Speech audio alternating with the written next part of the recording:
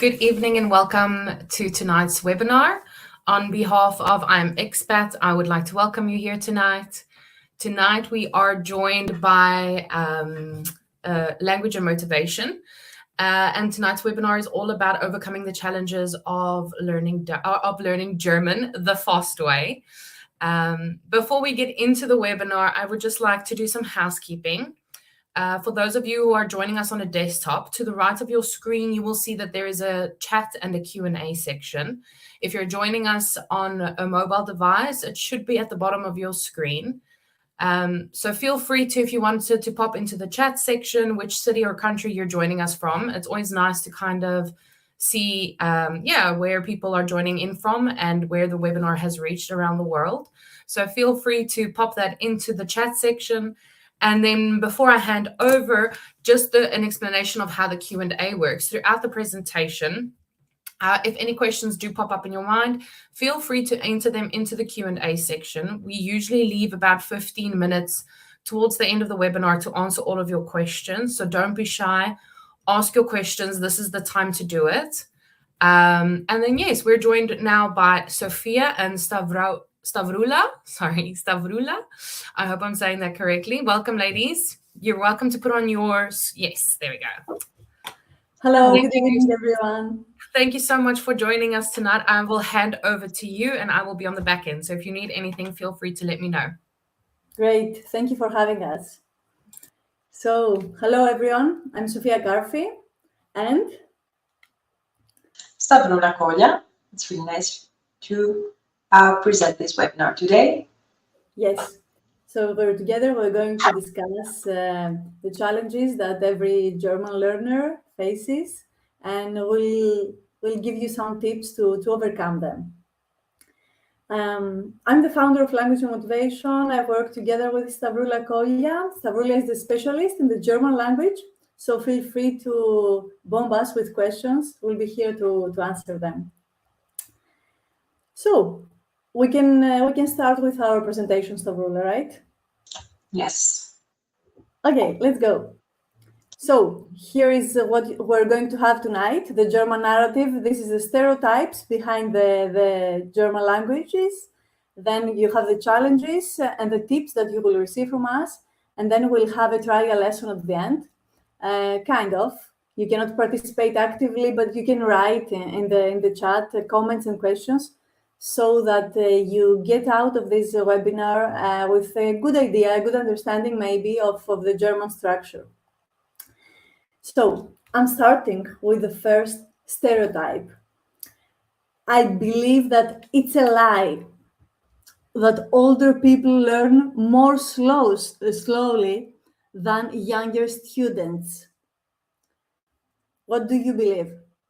There are some poll questions that we have here tonight. Do you believe the same, that older people learn slowly if you compare with their younger selves?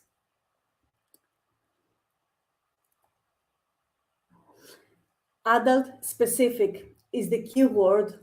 So you can learn fast if you have an adult specific method. It's not that you learn slowly because you are getting older. It's that we all learn slowly because our minds are full of responsibilities and full of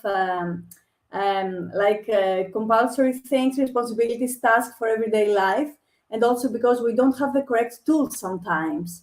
But another specific method can help you to learn fast, to learn efficiently. And what does it mean? It has to be relevant to your life, and it has also to be flexible according to your time schedule. We keep these two words because they're important to us, and we can say more a bit later. I will also continue with saying about the tailor-made characteristic of the way we work.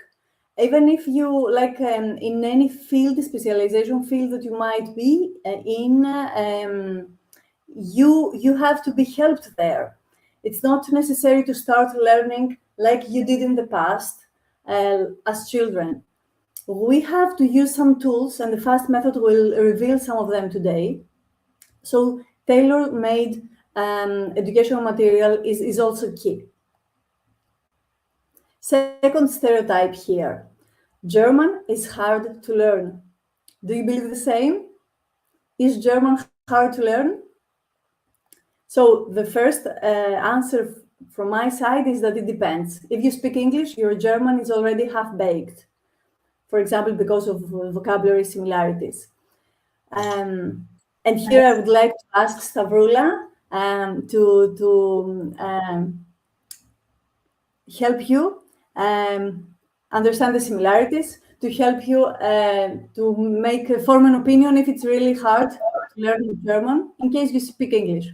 So, Stavroula, I'm letting you. Exactly. So German learners often see that after they start learning, there are many similarities, especially in the vocabulary. We have this example text here, where with yellow we have the words that are pretty similar in English and in German, like Millionen with millions. Kinder reminds us of kids. We have it as children here. So Hause, house, at home, as house in English. Fühlen sich viel, Politik, politicians, Schulen like schools, Familienminister, guess what? It means ministers of family. And is our very important verb ist. And concrete is the same as concrete in English. So yes, we do have many similarities, and of course it's not exactly the same, but it's a big help when we're trying to learn vocabulary. Mm-hmm. And we already Olivia in the chat who agrees with the half-baked. I'm really wondering where you come from, Olivia. You know, we're all English speakers here, not native necessarily, but I'm asking this question because it matters. The mother tongue of ours matters. Sometimes, for example, I live in the Netherlands. Dutch people can learn German easily. So it also depends on the other languages that you speak. But let's see specifically what's easy and what's not easy, Stavroula. Yes, so what's easy in the list we've prepared, just a sample of those things that make it easy, is the vocabulary, that we have many similarities with other languages. Like if you already know Russian or some words in Russian, we have Stuhl, and we already presented the similarities with some English words. These are not the only ones, there are many of them. Regarding the pronunciation, one would say that it's really difficult, but in contradiction with English, we have the same pronunciation every time we see a specific vowel or a specific letter, a specific combination of letters. And yes, we do have very strict rules about the structure. So everything goes in a specific place. For example, we have the verb in the second position, and right before that or after that, we might have the subject who acts. So yeah, these are some of the things that are easy in German and always stable, always the same. And what's not easy? Here we have the structure that might have some exceptions. For example, the verb's position. We just said that we have the verb in the second position, but then in some specific kinds of sentences, we have it in the last position. But don't worry, we already said that. This is something that there's a lot of structure for. And this is the first and the second point. And yeah, a big struggle is the article, to learn the article. Because we have der, die, das, which stands for masculine, female, feminine, and neutral article. So it's, if we speak a language that already has a specific gender for nouns, and a specific article for nouns, it might be different. Okay. We have to Specific. tips on that. Sorry? there are still some tips for the articles. Yes, exactly. This is what I was about to say, that we'll give some tips for the articles. We categorize them somehow, and it's a way to help there. It's always helpful to our students. So we go to the next part of our webinar, the challenges of the German learner. Pronunciation, vocabulary, grammar, can be articles, speaking, or more. Please share with us what do you think, or what have you experienced to be the most difficult part, or what the biggest challenge for you as German learners. Many people say that I can't pronounce. Okay, Sabrina, you're going to say that I'm not good in German. Yeah, the umlaut sounds like the letters that have these two dots. We might not be familiar with. So a lot of learners struggle with pronouncing e, ö, and ü.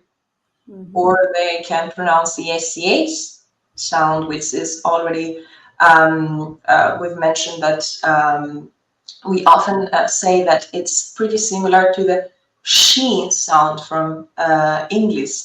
It's a very thick sh. And also the last one is the z from English, but it sounds different in German. They say I can pronounce set, which is a combination of letters T and S. Like, right? Yes, sen. Okay, but if you pronounce a word, you pronounce them all, we say sometimes. So what do we have here? Yes, like here we have the A with umlaut. It's älter, ändern, Gerät und Mädchen. So this is A with the umlaut, then it's like a? E. Älter, ändern, Gerät, Mädchen. It's not a flat E, like in Mädchen, the second letter, but it's a combination between A and E. Okay. Please try at home. It's safe. Now that we're going to pronounce many different sounds, feel free to try yourselves. And then, what's here?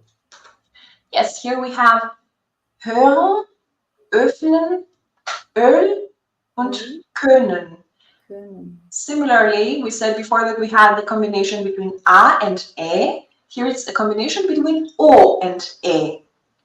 Öl, können. Bravo, Sophia.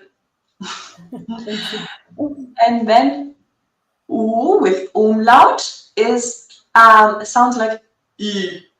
Ü. That's the most difficult one. Über, Büro. Büro. Müde. Süß. Süß. Yes. We would say that it's a combination between U and E, not that much of E. It helps us pronounce it a little bit better if we think of it as an E with a taste of O. U. To me, as a French teacher, it reminds me of the U in French. So if someone is used to the Dutch sound, the similar one, or to the French sound, it might be not very difficult and not very far from there. Yes. Of course, Gabriela, you will judge if this is correct, but it's the what I find most relevant to my hearings. And then we have the thick S sound. Du, Weiß, schlafen, Schokolade. I'm almost whistling when I'm saying this one. Du, with rounded lips. And before you mentioned the she from English, so Yes. this helps, chocolate, yes. Because we know this sound from English. That's correct. So what we are doing here is, instead of analyzing the sounds, we mostly give many examples so that the learner can repeat, and through repetition they can learn. Exactly. And then we have Zitrone, Zucker, ziehen und tanzen. It's a combination between T and S, as we said before, so it's not a Z as we know from English. It's a T. Citrone. Exactly. Citrone, right? That's right. It's a lemon, right? Mm. Okay, good. So the FAST method, talk to the window. So we have two tips here. Something that I used to say is like talk to the window. Find a spot in your room, in the office where you study, and speak out loud. Talk to the window. Feel free to pronounce out loud all these words or whatever you have to study during your classes.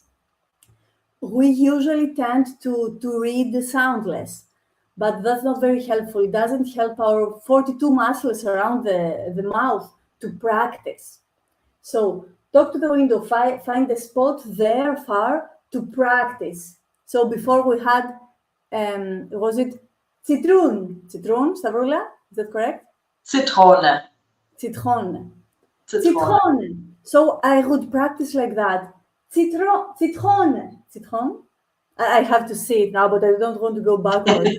So you have to do like that to try. Lemon, if I had to pronounce in English. Citrone. Talk to the window. Practice a lot. So this makes you ready for the real life and also practices the muscles, because with every new language you use very often different muscles. Another challenge, besides the pronunciation, can be the vocabulary, because in German you have very long words. How do we deal with them? Yes, that's true. But I'd say it's not pretty different from other languages. We just put them together in one word. It's economy of space. So, for example, we have Verkehrsmittel. So Mittel is the means and Verkehrs, the transportation. So it's the means of transportation. Or Aufmerksamkeitsdefizit. ADHD is the word we have it in English as ADHD. Aufmerksamkeitsdefizit. ADHS in German. And then we have Lastkraftwagen, which is a vehicle that carries a heavy load. That's what it means. Sehenswürdigkeit is what's worthy to see, the sightseeing. Luftverschmutzung, air pollution.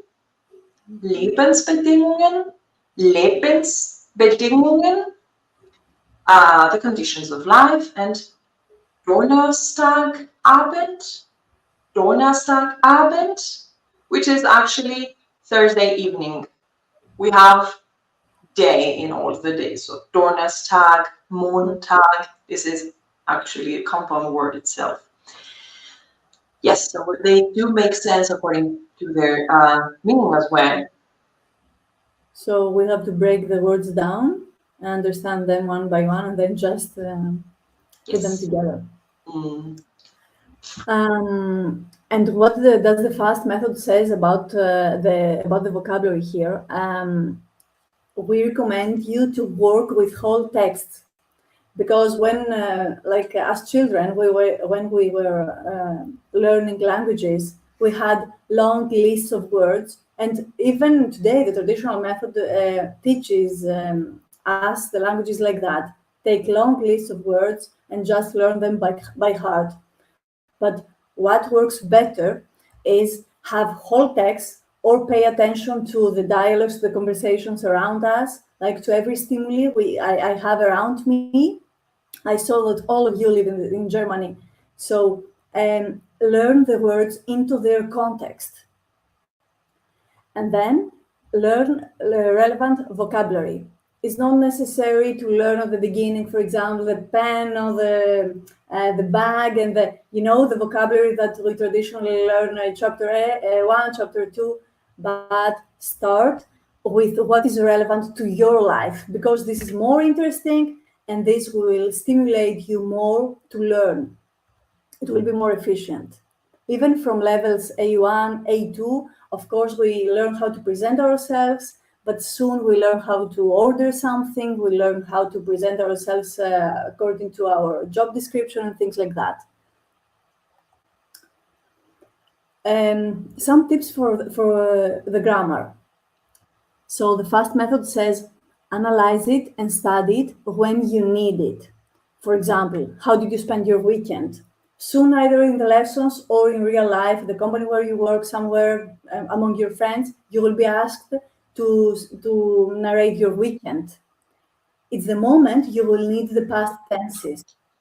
So don't wait to go to A2 level and then start learning the past tenses, but just start to speak and try to speak in practice, to use what you need.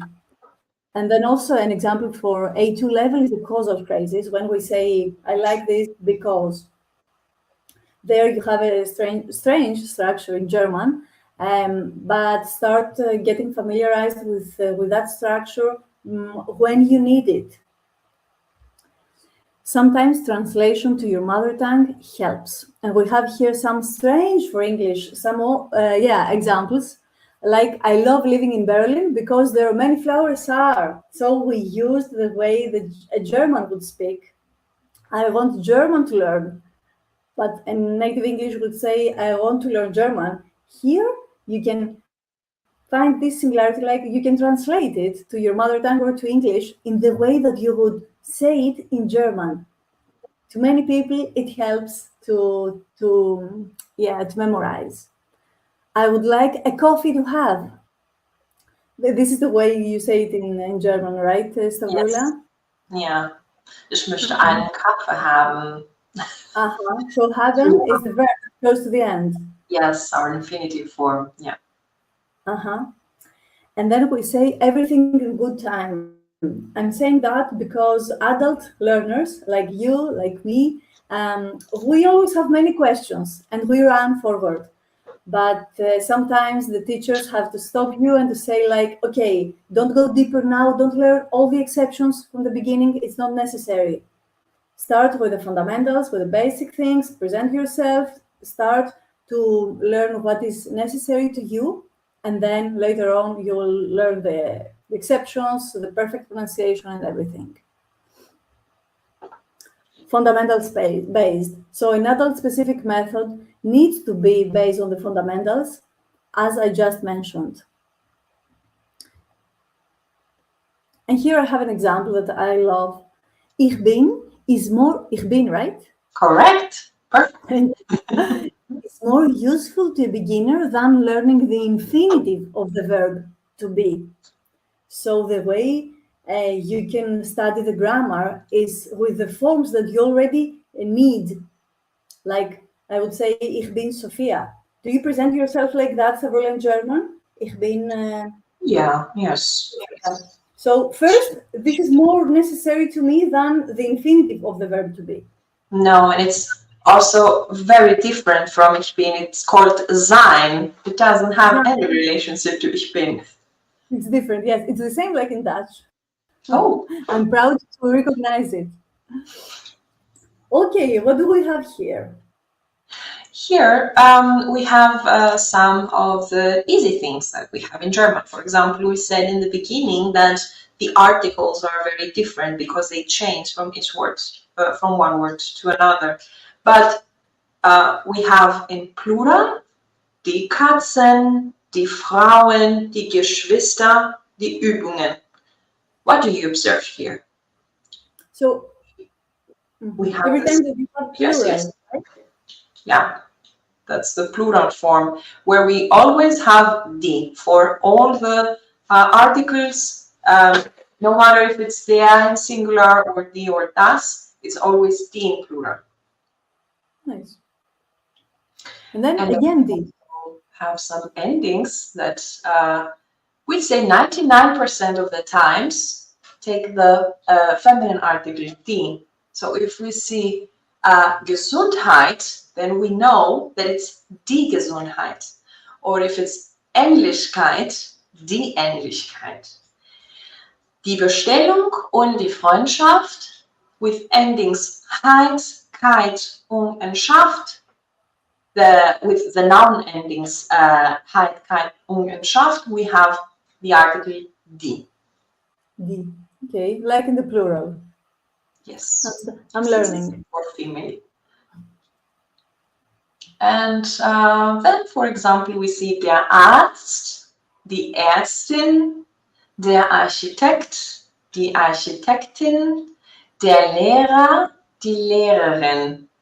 These are male and female professions, and they follow the article der Arzt for the male doctor, die Ärztin. We also have the addition of the IN ending, and this also tells us that it will have the die article, the feminine article, for the female profession. Having them here, one by the next to the other, like masculine and feminine, helps. If you're a visual type of learner, it helps. And as we said before, for the endings, but with the female article, now we see it with the neutral one. Mädchen, Märchen, das Männlein, these are always with das, with article das. Again, das. And again das, again neutral for infinitives that have become nouns. So we say, ich esse, I eat, das Essen. Ich lese, das Lesen, the reading. Das Rauchen from the verb Rauch, the smoking. Okay, so das Essen means eating, right? Das Essen is, yes, it can mean the food and the act of eating as well. Okay. And then, so we go on and we say you can learn in practice with no theory, no much theory. So you see, we give many examples, we practice a lot. How? You have to keep your ears and eyes wide open. So there is a great professor, Chris Lonsdale. If you want, just find his amazing TED Talk. If you Google his name, you will find it. He learned Chinese. He's an English speaker. I think either American or Australian, I'm not sure. But he learned Chinese in 6 months while being in China. He has a great TED Talk, Chris Lonsdale. So what he says is that when we start understanding what we read and hear, we start acquiring the language unconsciously. That's the reason why we want to work with whole texts from day one. And you don't need to be demanding there. You don't need to go deep, analyze all verbs and articles and everything. Just start developing an understanding of the language. Believe in you, believe in your teacher and the methods that you use, because the psychological condition matters. So what I tend to say to people is that, okay, if you go to the course and you want to go like to learn fast, just trust the process, practice a lot, study, and then at the same time trust the process, because if you believe you can do it and at the same time you do the work, you put the effort, you will do it. And then here it comes the S from the FAST method, the stimulating. So with all these ways, like if you are there in the lesson, active, if you use a tailor-made material and a method like an adult-specific method, all this package is a stimulating thing that keeps you active and that makes you learn. When you start with the alphabet and it takes you time to just learn to formulate a phrase, then this is demotivating. Focus on the essentials, focus on what you can recognize from the existing knowledge of other languages and keep it stimulating for yourself. Let's go to the trial lesson now, where you will experience the FAST method in action. And when I say FAST method, okay, of course, we work with this way, but you can keep today what is useful to you, what sounds that will be helpful to you during your language learning journey.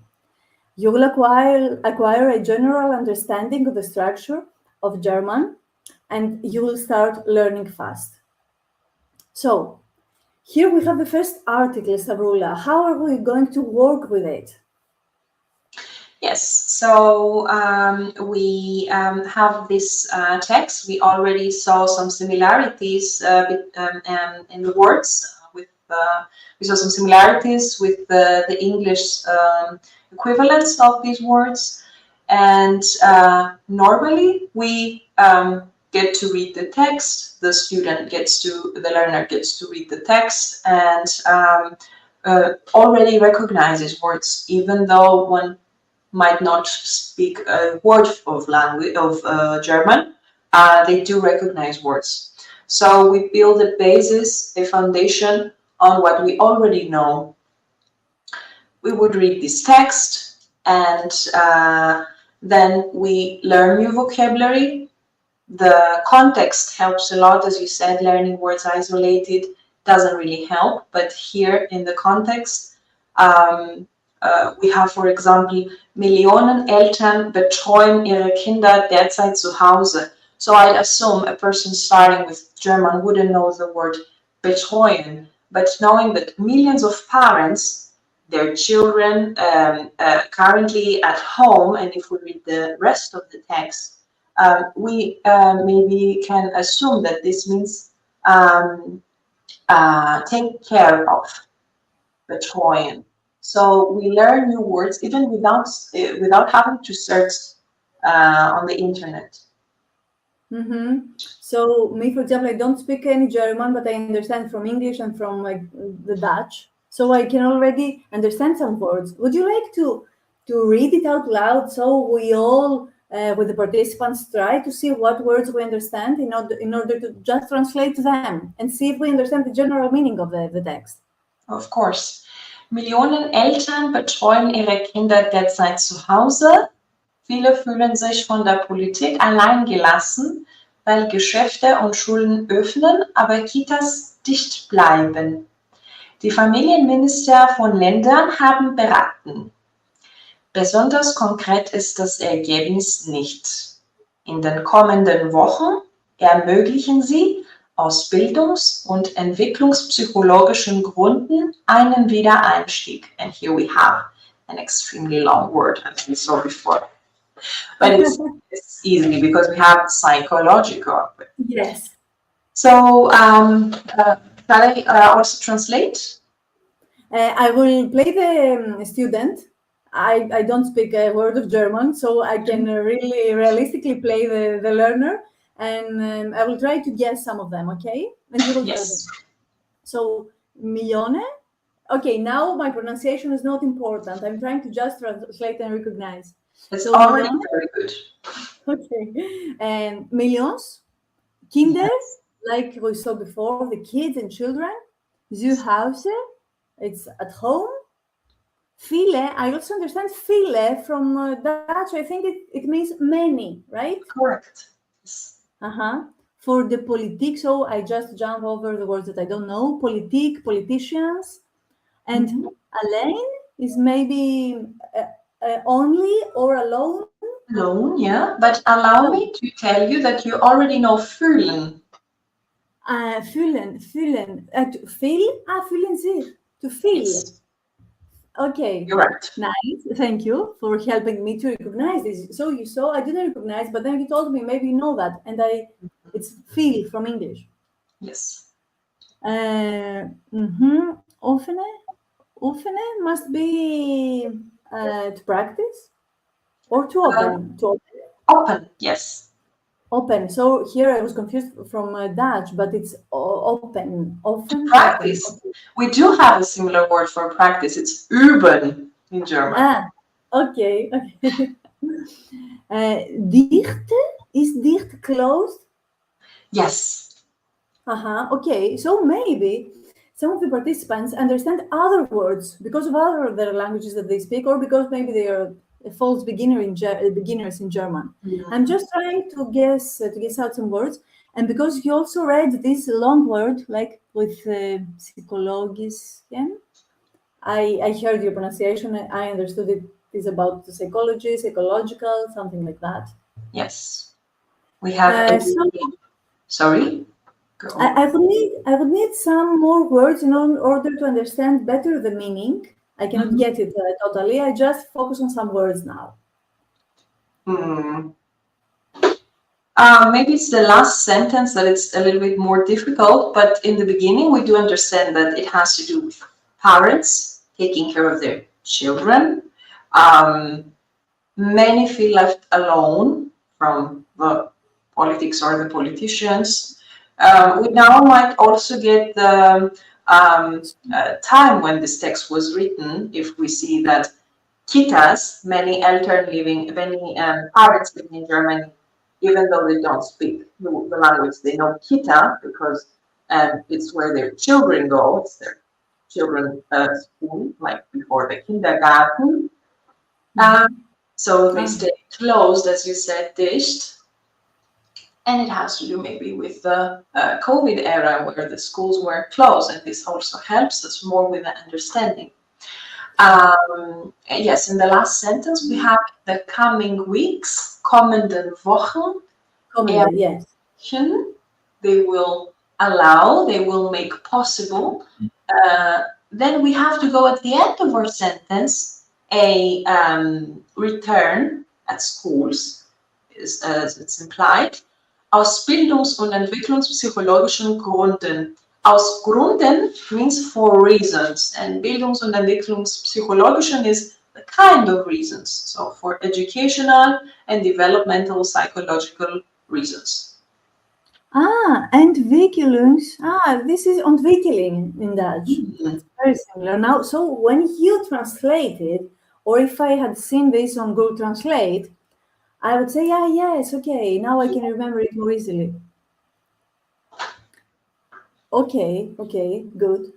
So it's like that we, if we also see a bit the verbs where they go, like in the second sentence, alleen gelassen, alone abandoned, alone left. Left alone, yes, alone. Left. So the past participle there goes to the end. So I start having an idea like that. Then if I was a student of yours, I should put some effort and really translate it into English. And this is a way to start learning vocabulary. Not pronunciation yet. I don't know how to read yet, but I'm starting recognizing what I see in written. And that's a good first step. I will click on to go further because we have a second activity here. It says you will read out in German. So this goes to the learner. I have to read it out loud and fluently in German. Okay, but I didn't have my first lesson yet. How am I going to do it? You can, for example, put it on Google Translate and listen how this is being, how you can read it out loud, how this is being pronounced correctly. Or you can ask a German friend of yours, if you live in Germany, like most of the people watching our webinar, you can ask a friend or a colleague to read it out loud. Okay, and then I would take sentence by sentence, or even if it's a long one, I would just take 3 words and try to read them. And then I also click on translate or ask someone, and I will see what the correction will be. For example, I think it's a bit easy. Mit tango gegen morbus Parkinson. Sounds a bit easy, huh? Correct. And even if I'm not perfect now, it was my first effort, and then I can listen to it and repeat. If I work in this way with all sentences, I can be optimistic that then you will correct me a bit, and then I can read again, and then I'm somewhere there to read it out loud. Yes, and of course we do want mistakes as well. It's obviously that we'll have mistakes, so it's we encourage people to try and say things out loud so that we can correct the pronunciation. Yes, and I already recognize genau in the second sentence. Genau. Nice. Already, because of the pronunciation tips that you gave, I see tanzen. Tanzen. So I see Tanzen, but I read Tanzen, right? Correct. So already Tons. from the tips, yes, I can. It feels like I can start trying. Yes. It's not that difficult after all. It is a bit difficult. We'll have to put some effort in it. That's normal. Okay. Shall I go on? Yes, I would also like to mention that, as you said before, in these pronunciation activities, it's really important to, when we practice at home, to speak out, to read out loud. And a very helpful tip is to maybe record yourself. This is a tip that I have taken from you, Sophia, and it's really helpful during before the during the preparation of the homework. Yes, exactly. That's very useful. And sometimes I ask my students to record 3 times, and then they choose the best recording and they send to me before the lesson. This puts the learner into a position to try more in a more correct way, to try harder and be accurate as much as possible. Yes, and then during the lesson we also read this out loud and the teacher corrects and goes like that. Perfect. Yes, that's a good addition. Here we have a comparison, and I'm very proud of that slide because the FAST method requires 36 teaching hours, and I don't exaggerate, to bring a student from A0 to B2 level. B2 level is one level before proficiency. But the traditional method that we all know requires 49 hours, and these are the official numbers from the common framework of European framework of languages. So what we do is that within a month, with 6 teaching hours, we cover the first language level, then the second, B1 as well. But from B1 to B2, it takes a whole trimester because it's more demanding. The FAST method is for you when you have a clear why, like when you want to learn the language, and you prefer learning through real conversations, not textbooks. Remember, don't take just a list of words, but jump into whole texts. And when I say FAST method, yes, you can work with us, but you can also work by yourselves. Many of you study at home because you want to do some self-work and just use these tips. Use these tips and see what works for you. Try to speak out loud. Try to take help from the Google Translate and jump into texts. Try to understand them and to decode, to see what's happening. Focus on the similarities and not so much on the differences. So the comparative advantage of the way we work is that it takes 6 months to go to B2 level at the same time that it takes 2 to 4 years to the traditional method. I'm proud to say that in the last years, we had more than 150 students only for the German language who reached these levels, like B2, C1 levels. And this is a good number because we only teach private lessons, like maximum groups of 2 or 3 people. And this is a student of yours, Stavrula, Chunzi. She, at the testimonial, she wrote that she didn't think it was possible until she saw the test results. Do you want to share a bit of the experience with Chunzi? She's Yes. a nice, great person. Yes, it was a very nice experience because she really didn't have the time to take longer for the preparation before the exam. She really needed to take the exam within the months that you already mentioned, and she took 12 lessons and she reached B1 level. And it was like, we are adults, we all know that it's difficult to handle life, and we all have children or homes, but if you take the time with the FAST method, it really works. And she had the B1 exam after reaching the B1 level, and she succeeded. And there's a question that comes to my mind: how much time? Because we saw how many teaching hours we need, but how much time does a student require? Does it? Yeah, it's required to study per week. Yes, we have a serious preparation of homework, and we need normally a minimum of 3 hours per week in between the lessons, but it's a maximum of 6 to 7 hours roughly. So the homework will not exceed 6 or 7 hours of study per week, but it will not be less than 3 hours. Yeah. So here we encourage you to book a trial lesson. It's free of cost. You can just try the FAST method and see how it works. The teachers of German in our school are Stavroula, that you can see here today. And we also have another colleague. She's German American, Julia. So feel free to have a trial lesson and see how this works. Here, this slide is a reminder that HR departments, like companies, pay for the courses for people, for the German courses. So we're wondering if you're aware of that.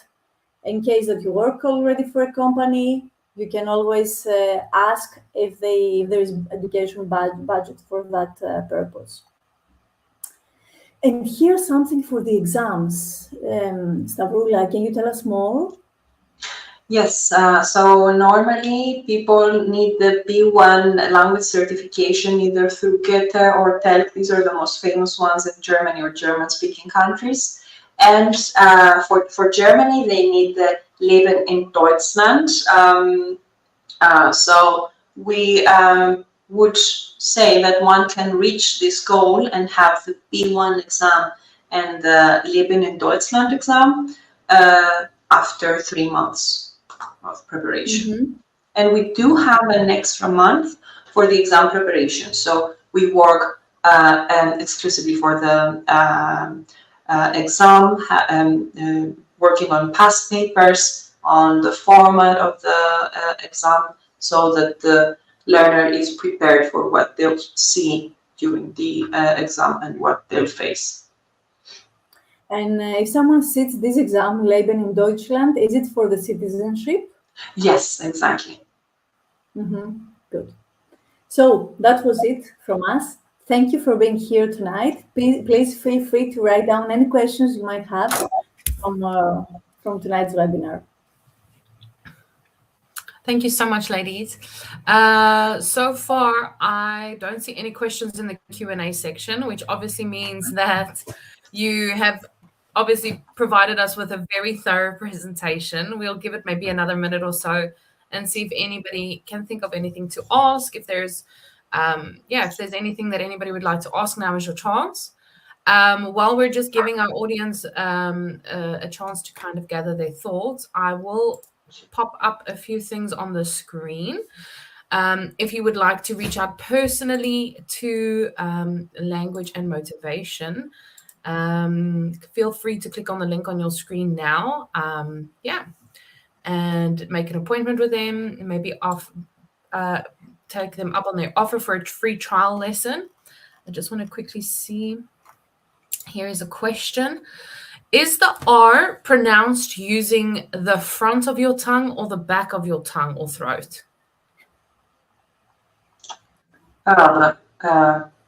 Richtig. I'd say the back of the space that we have in the mouth, not really the tongue. And it also has to do with the region. For example, in North Germany, they pronounce it as R, very vibrant. But in places like in Cologne, where I've lived, they pronounce it more vocalized, like an ah. So they would pronounce my name Stavroula, for example. But in Munich, they'd say Stavroula. Your name. Nice.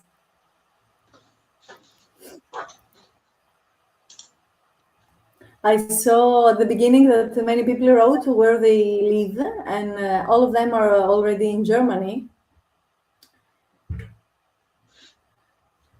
Some people say thank you.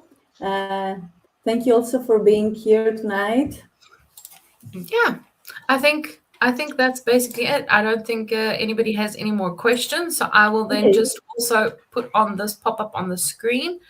Join us next week. Keep an eye on our social media, but for those of you who are interested, we also have a webinar next week regarding private health insurance. So if you would like to get some information with regards to that, then feel free to click on that link.